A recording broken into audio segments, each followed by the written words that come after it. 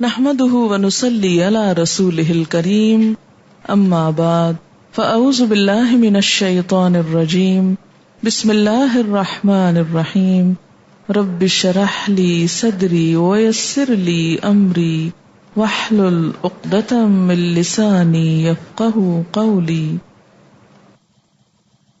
تبارك الذي جعل في السماء بروجا وجعل فيها سراجا وقمرا منيرا.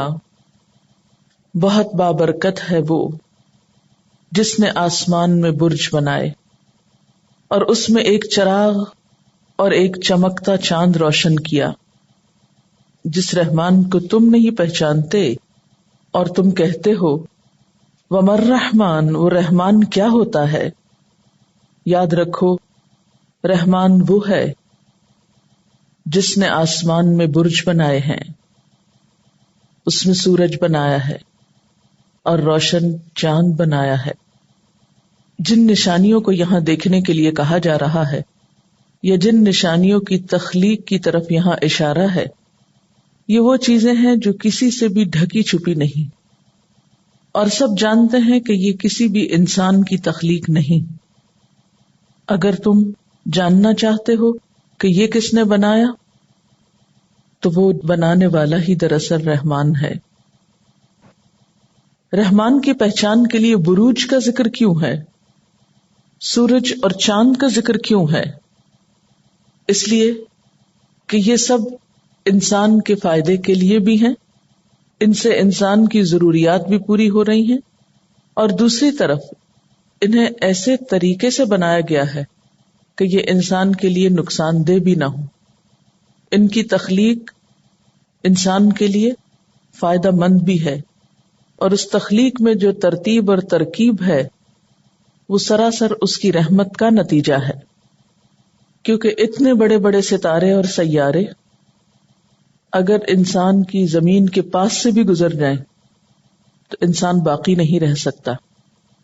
یہ سورج تھوڑا سا اور قریب آ جائے تو زندگی باقی نہیں رہ سکتی، دور چلا جائے تو زندگی ختم ہو کر رہ جائے. یہاں پر 3 چیزوں کا ذکر ہے: بروج، سراج اور قمر. بروج کے بارے میں اگرچہ کئی ایک آراء ہیں، لیکن ترجیحاً اس سے مراد بڑے بڑے ستارے ہیں. یعنی اللہ تعالیٰ نے آسمان میں بڑے بڑے ستارے اور سیارے بنائے ہیں. بروج دراصل برج کی جمع ہے جس کا لفظی معنی ہوتا ہے قلعہ. نمایاں چیز کے لیے بھی استعمال ہوتا ہے یہ لفظ. تو اللہ تعالیٰ نے آسمان میں جو بروج بنائے ہیں، اگر اس کو نمایاں ہونے کے معنوں میں لیا جائے تو ہمیں جو چیزیں نمایاں طور پر نظر آتی ہیں وہ ستارے ہی ہیں، اور اس کے ساتھ ساتھ پھر آگے سورج اور چاند. ان تمام چیزوں کی طرف جب انسان نظر ڈالتا ہے تو اللہ تعالیٰ کی عظمت کو محسوس کر سکتا ہے.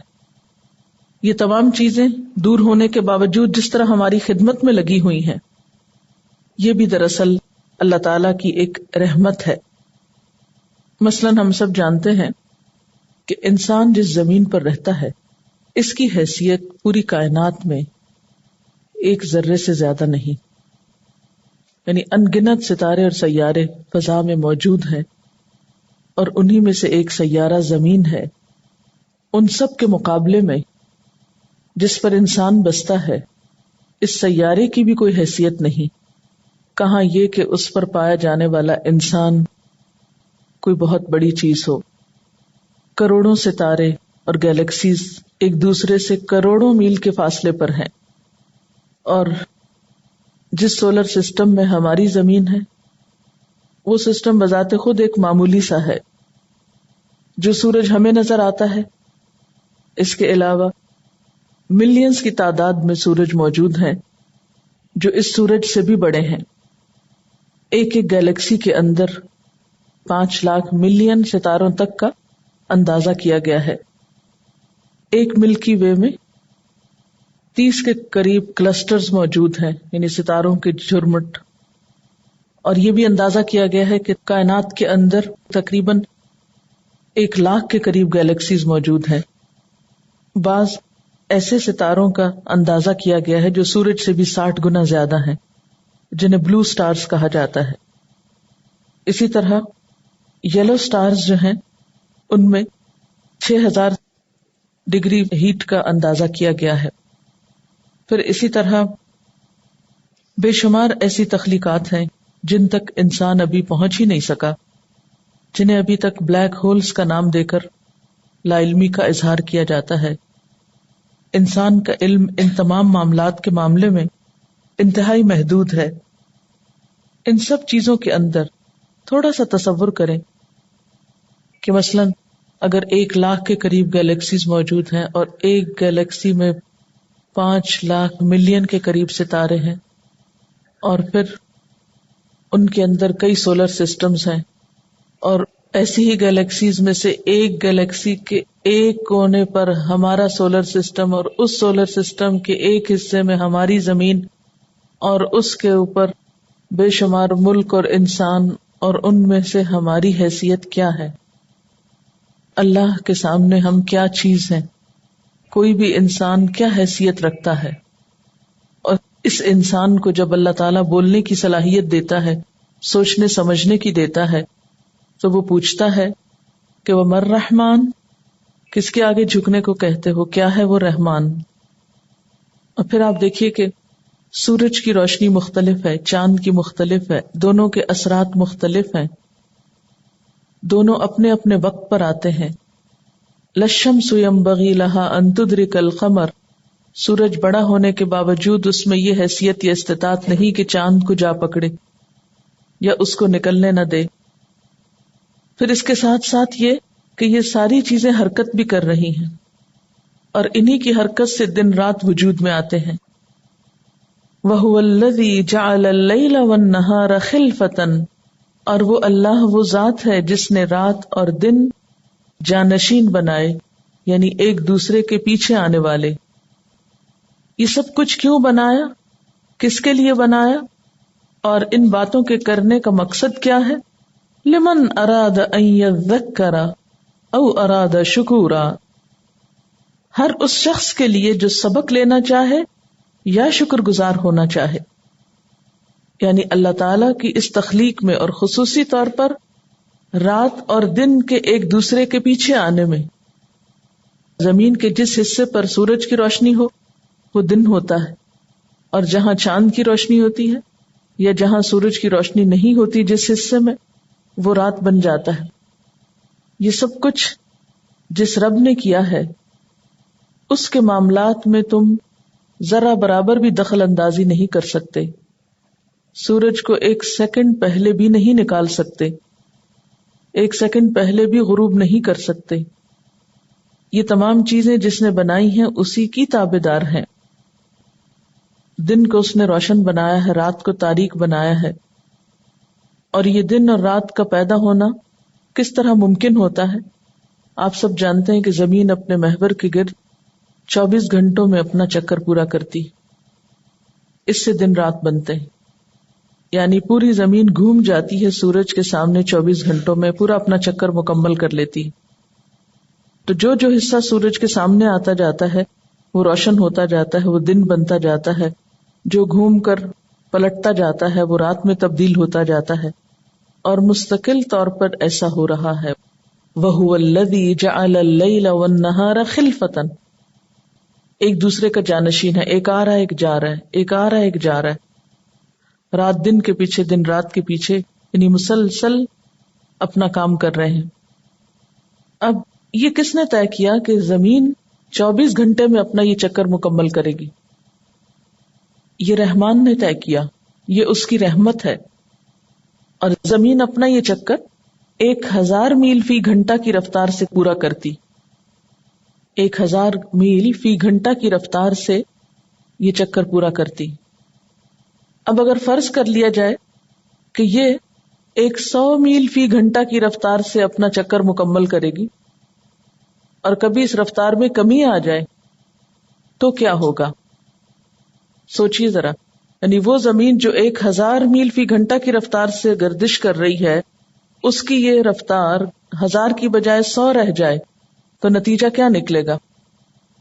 دن اور رات کا وقت 10 گنا زیادہ ہو جائے گا. 24 گھنٹے کی بجائے کتنے گھنٹے کا ہو جائے گا پھر؟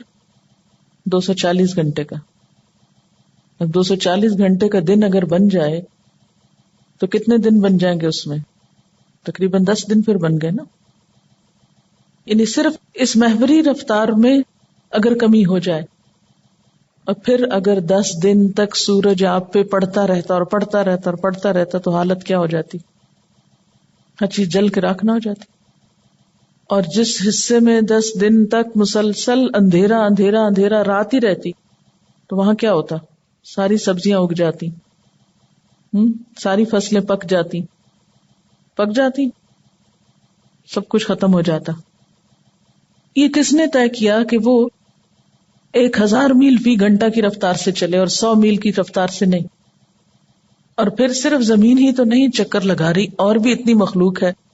ہم اپنی ٹریفک کے نظام کو دیکھ لیں، ترقی یافتہ ممالک کے انتظامات کو دیکھ لیں، جن لوگوں کو ہم نے خدا کا درجہ دے دیا ہے ان کے اندازوں کو دیکھ لیں، کہاں کہاں خطا ہو جاتے ہیں اور کیسے کیسے نقصان ہو جاتے ہیں، کیسے کیسے ڈیزاسٹرز ہو جاتے ہیں.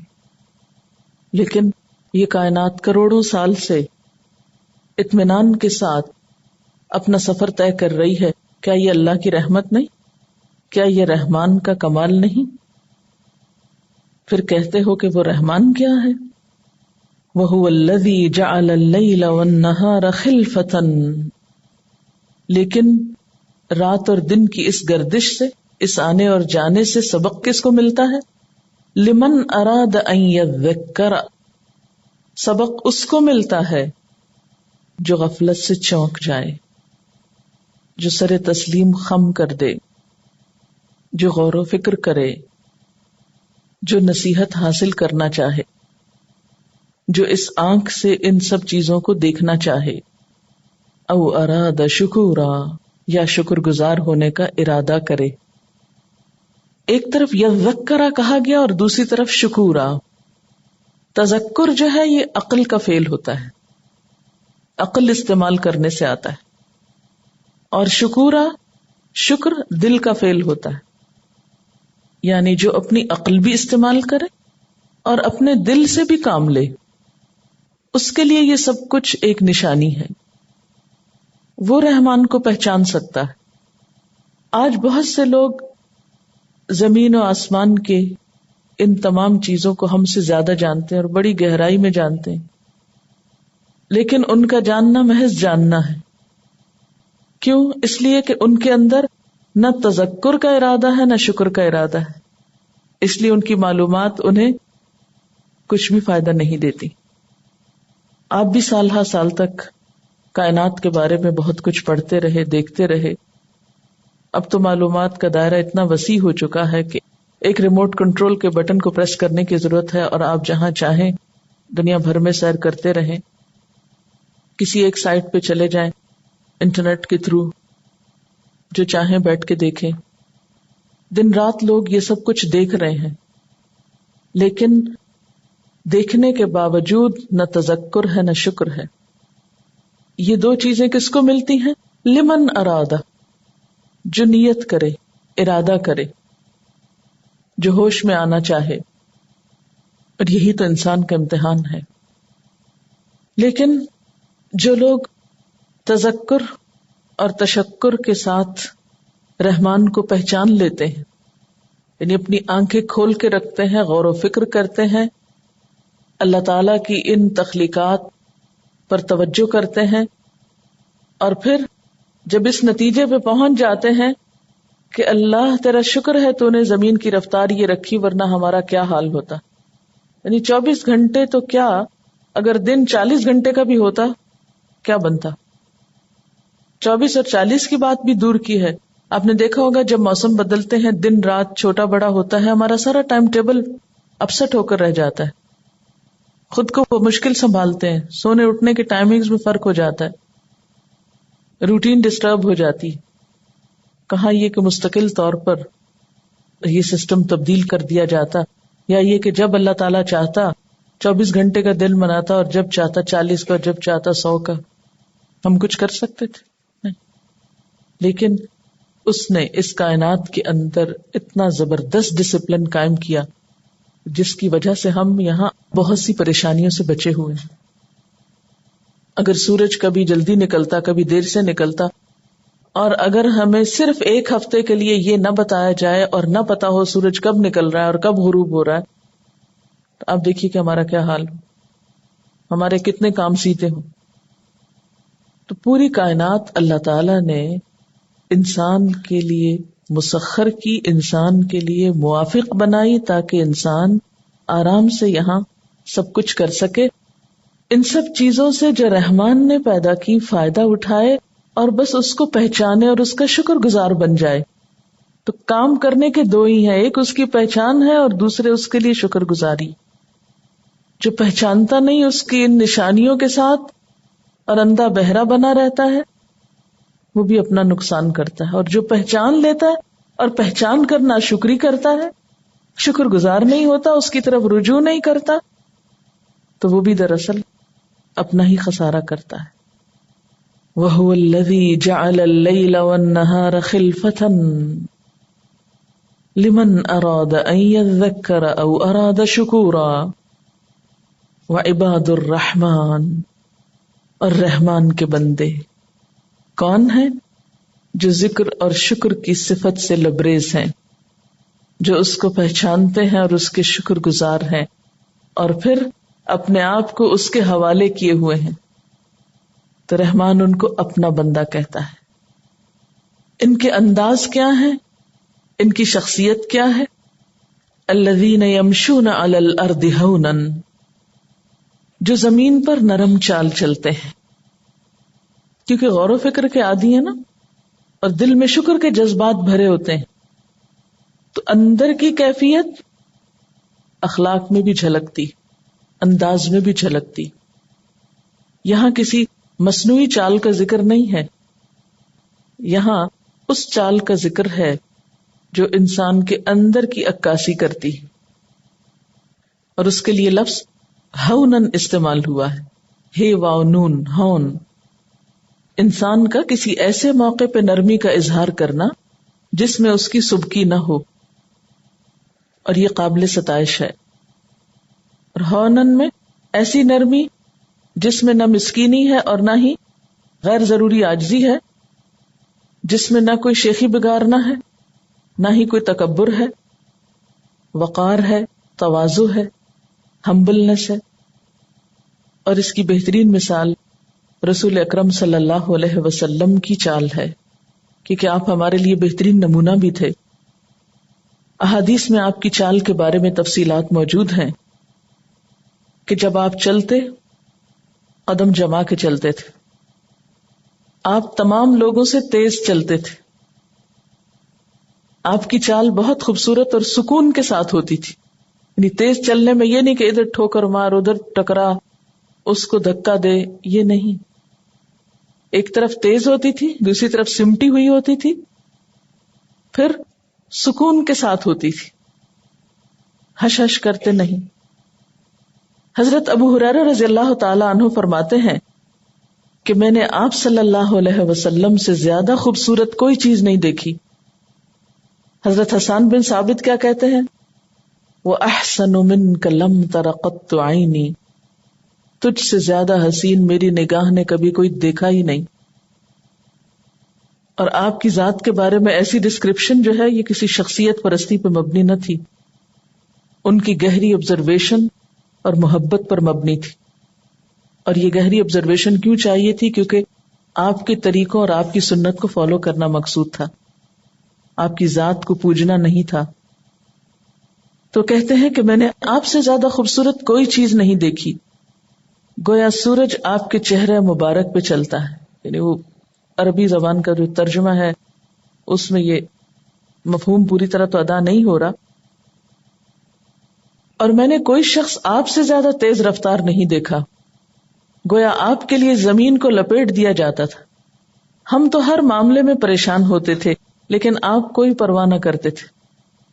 یعنی چھوٹی چھوٹی باتوں پہ ہم پریشان ہو کے بیٹھ جاتے، جیسے ہم لوگوں کو بھی عادت ہے نا، چھوٹی چھوٹی باتوں پہ چہرے پہ ایسے تفکرات اور ہوائیاں اڑ رہی ہوتی ہیں، ماتھے پہ بل پڑ رہے ہوتے ہیں، سر جھک جاتے ہیں، چھوٹی چھوٹی بات پہ اپ سیٹ ہو جاتے ہیں، یا اپ سائڈ ڈاؤن ہو جاتے ہیں، یا ڈاؤن سائڈ اپ ہو جاتے ہیں. تو حضرت ابو ہریرہ فرماتے ہیں کہ ہم تو ہر معاملے میں پریشان ہوتے تھے لیکن آپ کوئی پرواہ نہ کرتے تھے، یعنی ہر چیز میں ریلیکس ہوتے تھے. اور یہ کیفیت بھی کب آتی ہے؟ جب انسان اپنے آپ کو اللہ کے حوالے کر دیتا ہے. عباد الرحمن، عبد سے، عبد کون ہوتا؟ غلام، بندہ، بس حوالے کر دیا. حضرت عمر فرماتے ہیں کہ آپ اس طرح چلتے تھے، یوں نظر آتا تھا کہ جیسے آپ کسی نشیبی جگہ پر اتر رہے ہیں، یعنی اوپر سے نیچے آ رہے ہیں، اتنے قدم جما کے چلتے تھے.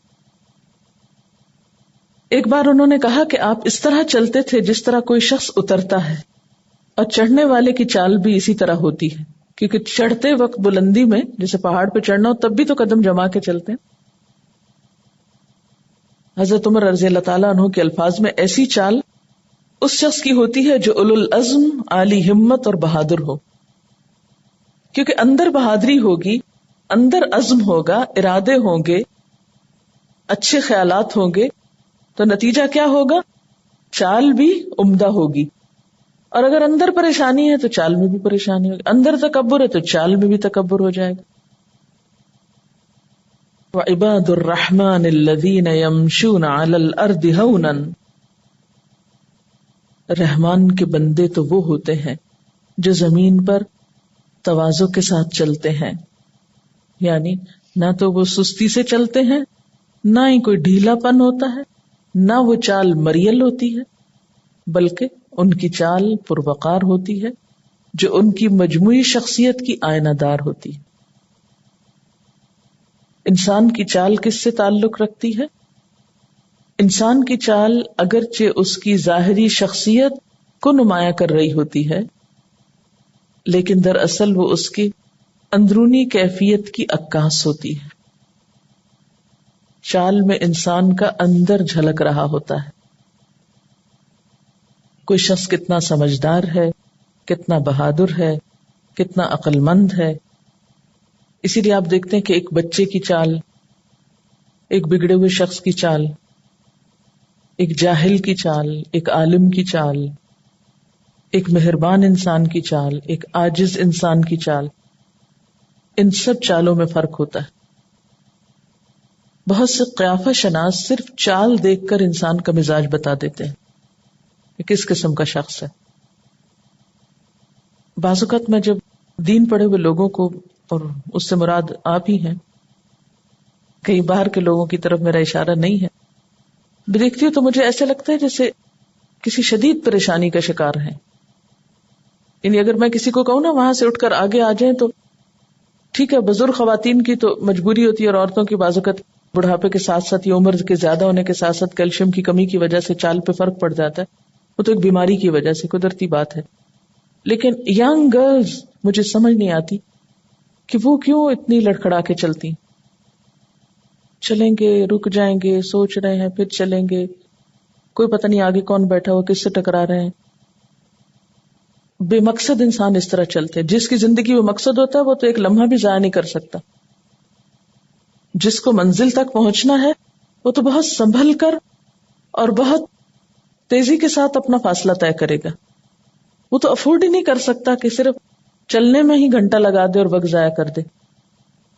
اب یہ ہے کہ یہ آیت تو ہم نے پڑھ لی، لیکن ہونن میں کیا کچھ آتا ہے اس کو ہم ابھی تک نہیں جانتے، کیونکہ بہت سی ایسی چیزیں دیکھنے میں آتی ہیں کہ میں سوچتی ہوں کہ اگر انسان کو ایسے چلتے ہوئے دیکھ کر ناپسندیدگی کا اظہار کرتا ہے تو اللہ تعالیٰ کو یہ چالیں کیسے پسند آئیں گی.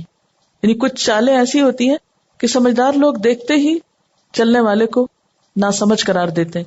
اس شخص میں کوئی سمجھ نہیں، یہ پڑھا لکھا شخص نہیں لگتا، اس شخص میں کوئی خدا کا خوف نہیں. تو اس لیے ہم سب کو اپنی چال کی طرف توجہ دینے کی ضرورت ہے. اور اگر کچھ ایسی چیزیں آپ کے سامنے رکھی جائیں جس سے آپ اپنے آپ کو چیک کر سکیں تو میرے خیال ہے اس سے بھی آپ کو انشاءاللہ تعالی ہیلپ ہوگی. پہلی بات یہ کہ اس آیت کے دو رخ ہیں. نمبر ایک یہ کہ چال سے مراد چال ہی ہے، واک، ٹھیک ہے. دوسرا جو معنی ہے اس کا، وہ چال میں ہر طرح کی ایکٹیویٹی آپ کی آ جاتی ہے، کیونکہ کوئی بھی کام کرنے کے لیے آپ کو چلنا پڑتا ہے. آپ کی موومنٹ مراد ہے. نمبر 1 واک مراد ہے اور نمبر 2 موومنٹ. مثلاً اگر آپ بیٹھے ہیں کام کر رہے ہیں, آپ کو پانی پینا ہے اور کچن تک جانا ہے, تو آپ کیا کریں گے؟ چل کے جائیں گے نا, کہ نہیں؟ آپ کو کسی سے ملاقات کے لیے جانا ہے تو آپ کو چلنا پڑے گا.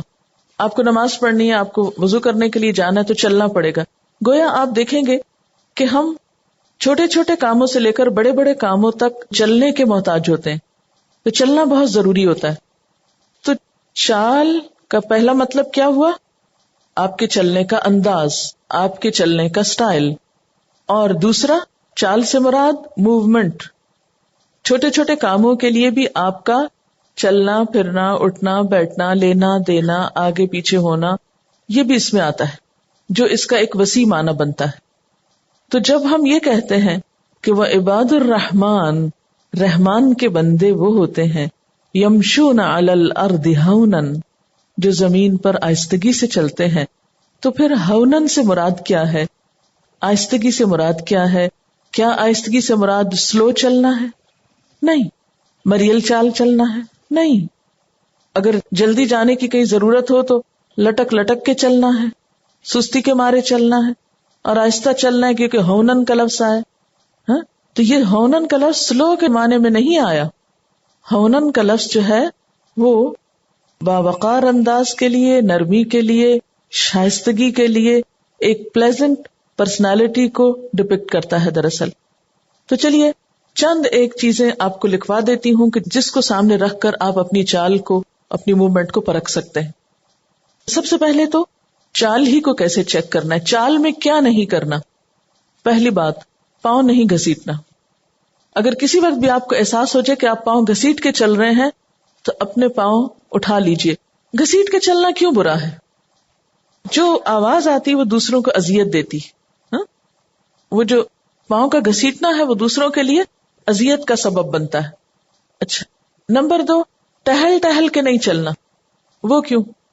اس سے وقت ضائع ہوتا ہے. ٹھیک ہے, اب مثلاً باغ میں تو آپ ٹہلے, لیکن ہر کام کے لیے نہیں ٹہلے. مثلاً سڑک پہ آپ جا رہے ہیں, بازار جا رہے ہیں, ٹہل ٹہل کے چل رہے ہیں, تو یہ ایک غیر مناسب کام ہوگا. اچھا, اسی طرح سامنے دیکھ کر چلنا ہے. آپ صلی اللہ علیہ وسلم کے بارے میں آتا ہے کہ جب آپ چلتے تھے تو پیچھے مڑ کے نہیں دیکھتے تھے. ہم میں سے بعض لوگ چلتے آگے ہیں اور مڑ مڑ کے پیچھے دیکھتے ہیں. اس سے کیا نقصان ہوتا ہے؟ کسی نہ کسی چیز سے ٹکرا جاتے ہیں آپ, اور ویسے بھی دیکھنے میں اچھا نہیں لگتا. پھر اسی طرح چلتے ہوئے کپڑے سمیٹ کے چلنا ہے. یہ نہیں کہ دوپٹہ زمین پہ ساتھ ساتھ لٹک رہا ہے, یا پائنچے پاؤں میں آ رہے ہیں, یا یہ ہے کہ دوپٹے کے اندر سے ہاتھ ہلا رہے ہیں اور پوری چادر ساتھ ساتھ ہل رہی, جھنڈے لہرا رہے ہیں. ایسا نہیں چلنا, بلکہ کپڑے سمیٹ کے چلنا ہے. اسی طرح راستوں میں, بازاروں میں, تعلیمی ادارے میں ہاتھ ڈال کے نہیں چلنا. کیوں؟ اس سے دوسروں کو تکلیف ہوتی ہے. آپ 2 لوگ ہاتھ میں ہاتھ ڈال کے چل رہے ہیں, ایک بڑی جگہ آپ نے سمیٹی ہوئی ہے, تو بعض لوگ جب ساتھ ساتھ چل رہے ہوتے ہیں تو ایک تو یہ کہ دیکھنے میں بھی بھلا نہیں لگتا, اور دوسرے یہ کہ چلنے میں پھر انسان اپنی پوزیشن پہ نہیں چل سکتا, اس میں پھر دوسرے کی رعایت رکھنی پڑتی. اگر وہ ٹہل رہا ہے تو آپ کو ٹہلنا پڑے گا. یہ تو نہیں ہو سکتا کہ آپ نے کسی کا ہاتھ پکڑا ہوا ہے, آپ تیز چل رہے ہیں اور وہ پیچھے آہستہ آہستہ آ رہا ہے. ایسے نہیں ہو سکتا. تو اس لیے ہاتھ میں ہاتھ ڈال کے نہیں چلنا, اپنا آپ سنبھال کے چلنا ہے. اسی طرح کھاتے ہوئے نہیں چلنا. بعض لوگ چل بھی رہے ہوتے ہیں اور کھا بھی رہے ہوتے ہیں. بہت دفعہ یہ سین دیکھنے میں آتا ہے کہ جب کوئی کھانا آفر کرتا ہے, مثلاً کہیں کوئی ڈنر ہوتا ہے یا بہت سے لوگ اکٹھے کھانے پہ ہوتے ہیں, تو جو ہی ڈھکن اٹھتے ہیں لوگ, مثلاً ایک جگہ سے کچھ ڈالا, اگلا ڈالنے سے پہلے چلتے چلتے راستے میں کچھ کھا بھی لیا. یہ بالکل جانوروں والی عادت لگتی ہے نا. انسان اور جانور میں کیا فرق ہے؟ رات میں نیشنل جیوگرافک پہ چمپینزیز کو دیکھ رہی تھی, وہ 3 کیلے منہ میں کٹھے ڈال رہے تھے, اور پھر ان کے ٹیسٹ ہو رہے تھے مختلف, تو وہ منہ میں ڈالے اور بھاگ رہے تھے. اس وقت مجھے یاد آیا کہ جب ہم بھی کھاتے ہوئے بھاگتے ہیں, یہ چلتے ہیں تو ایسے ہی لگتے ہیں. اب یہ جانوروں والی عادتیں ہیں. قرآن پاک میں اللہ تعالیٰ فرماتے ہیں وَيَأْكُلُونَ كَمَا تَأْكُلُ الْأَنْعَامُ, یہ لوگ ایسے کھاتے ہیں جیسے جانور کھاتے ہیں. تو چلتے پھرتے کھانا بھی نہیں. وآخر دعوانا الحمد للہ رب العالمین. سبحانک اللہم وبحمدک نشہد ان لا الہ الا انت نستغفرک ونتوب الیک۔ والسلام علیکم ورحمۃ اللہ وبرکاتہ۔